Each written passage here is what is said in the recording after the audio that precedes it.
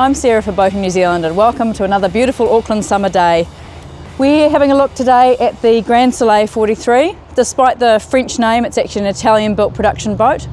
As you can see, it's a performance cruiser racer. It's got a much more traditional hull shape than some of the boats you see around. There's none of these hard chines. Nice big open cockpit. Let's go aboard and let's go sailing.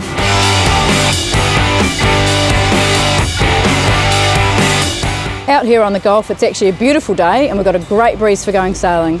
The boat's very easy to manoeuvre upwind, sits in the groove nicely, and these nice suede grip handles make it easy to tack. Downwind, it was an absolute blast putting up the Jenica and going for a really great ride. Lots of control in the helm, felt really nice and balanced. The engine is a Volvo 55 horsepower sail drive, and it's super quiet up on deck when you're motoring. Back at the dock, the weather's not looking so great anymore, but it doesn't matter now because now it's time to use the boat to relax. So it's easy to get aboard here from the back. There's also a fold down boarding platform. We've got twin wheels with a nice suede grip cover. At the back here we have the controls for the engine. And then instead of having a traditional instrument panel, this boat has these big screens here which you can dial up chart plotter, wind speed, boat speed, all those sorts of things on each side. Easy to see even when you've got polarised glasses on. There's also a pair of foot chocks for when the boat is heeled to make the helming position comfortable. In the centre here, the main sheet is running down to the traveller which is sunk into the deck, so there's nothing to trip up on there.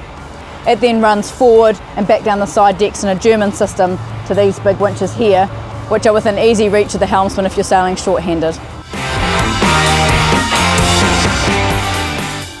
So there's plenty of space up here in the bow for storage. There's a big locker here for fenders, and there's your anchor locker there with the control for the anchor winch. The boat has a carbon prod for running asymmetrics, but this boat also has a carbon pole for running a symmetrical downwind sail. Systems are set up to be simple for cruising, but also if you want to race, everything's handy. There's a pair of really big primaries here, Harkins, plus you've got a pair of Harkin winches up on the cabin top for your keyboards, which are here, to try and keep the cabin top nice and clean, and so there's not much to trip over when you're moving around. Lots of the lines run down through under coamings on the deck. There's also a pair of good handholds here for when you're going down below, and plenty of room here for sitting in the cockpit to relax when you're not racing. You can see from up here how clean that cabin top layout is, but also how low profile the cabin top is. It's almost got a bit of a flush deck look, and we'll see how that affects the interior when we go down below, but don't worry, there's plenty of volume. Because of that low profile cabin, you end up coming quite a long way down into this interior to find plenty of volume. It's a traditional yacht layout, this nice light oak, white headliners and plenty of light coming in. In the galley here we've got double sink, fridge below, double icebox and a 3-burner stove that lifts up to form a splashback. Underneath the stairs is easy access to the engine, and aft there are a pair of quarter berths. There's plenty of headroom here tucked under the cockpit, storage and light coming in from some small hatches.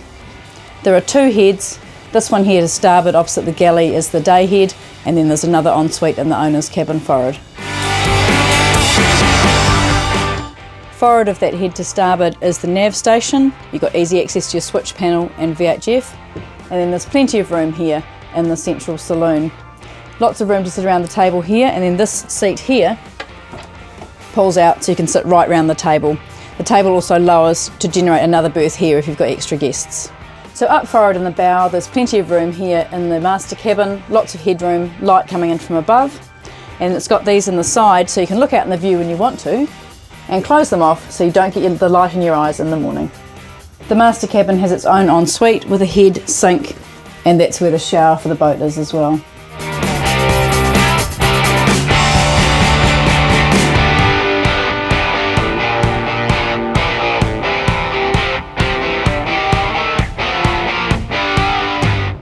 It's really nice to be on a boat that is comfortable, has plenty of space to hang out, enjoy time with friends and family, but it also has enough performance to get some really good racing action in.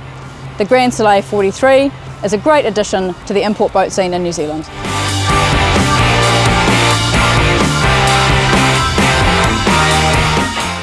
I'm Sarah L from Boating New Zealand. Thanks for watching us today, and make sure you subscribe to keep up with the latest.